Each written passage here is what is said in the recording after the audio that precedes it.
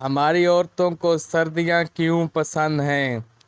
خاوند کی پوری قمیض استری کرنے کی بجائے صرف کالر استری کرنا پڑتا ہے۔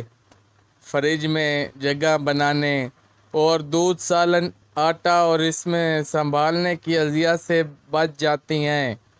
گھر آئے 35 مہمانوں کو 12x12 کے کمرے میں آرام سے سلا سکتی ہیں۔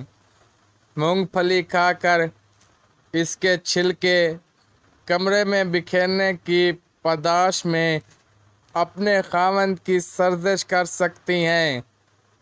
خاوند کو اپنی ناراضگی دکھانے کے لیے موٹے خیز سے اپنا منہ ڈھانپ کر بیٹھ سکتی ہیں۔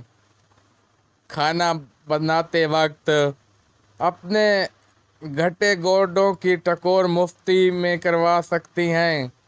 اپنے خاوندوں کو 13-14 دن تک ایک ہی جوڑے میں آفس بھیج سکتی ہیں۔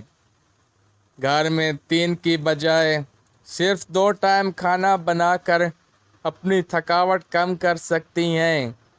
ایک دن ساگ بنا کر 8 دن کے لیے کوئی اور سالن بنانے کی جھنجھٹ سے آزاد ہو سکتی ہیں۔ دھوپ میں بیٹھ کر ایک دوسرے کی جوئیں نکالتے وقت انہیں اپنا شکار آسانی سے نظر آ جاتا ہے۔